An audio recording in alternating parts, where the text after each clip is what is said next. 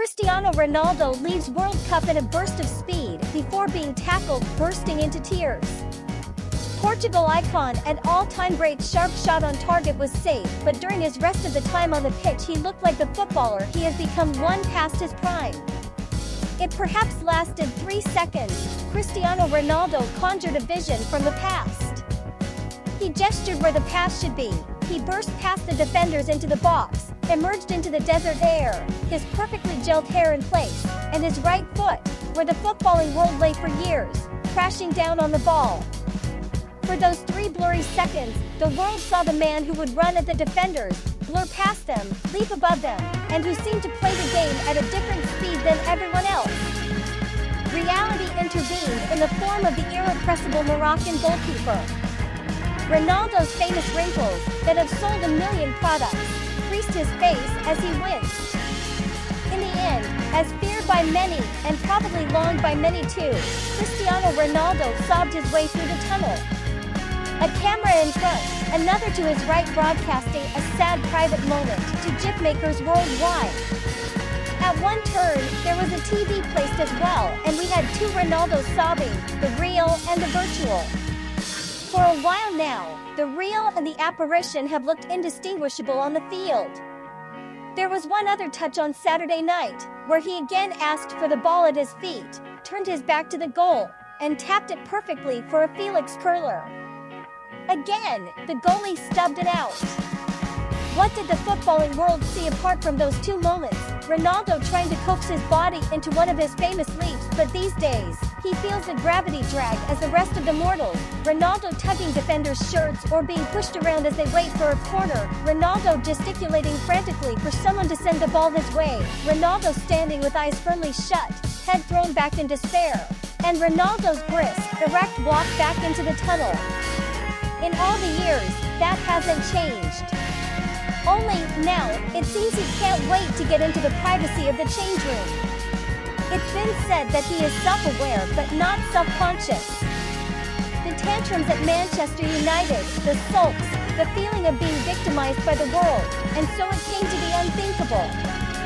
That a sports newspaper would run a poll asking if the man so loved in Portugal should start again or not. The answer came like a sucker punch. 70% of Ebola newspaper readers said he shouldn't. We don't know the numbers of the poll, how many voted and the rest of it, but this was a poll that newspapers all around the world carried. Look, he isn't liked even back home. Who has thrown his weight around this World Cup?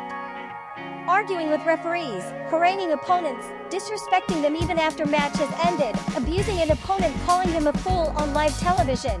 The player who it turns out had come to shake hands and bury the ill feeling on field, spraying verbal volleys gracelessly at a legendary coach in his last game? Not Ronaldo, but the other one. Then how come the man from Portugal, whose mother wanted to abort and even took a homemade potion that proved unsuccessful, who was raised in poverty, who can hardly remember a decent conversation with his alcoholic father who would die when he was 20, gets so much ill will?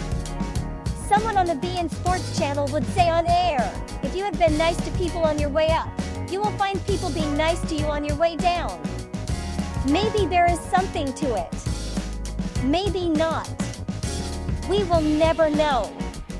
But we will act as if we know. That's Ronaldo's curse. He will live with it. An unloved Messi is unthinkable. An unconditionally loved Ronaldo is also unthinkable. What also seemed unthinkable was that Ronaldo will lose speed. That he won't be able to leap and hang there until the ball arrives. Now, his head dips down before the ball crosses him. His hands, feet, and head seem to furiously move, but without gaining time or space. Like a video buffering. In a 2015 interview to BBC, when asked how it feels to be a global football superstar, he would say, "There is a reason for that. Because I am unbelievably good on the field, people have so much interest in me." He would also say that he saw himself playing for 4 to 5 years at the best.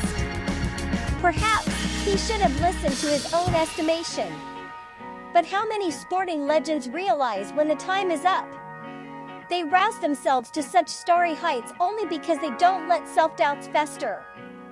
But now he knows how the gravity drag feels. How being unwanted feels.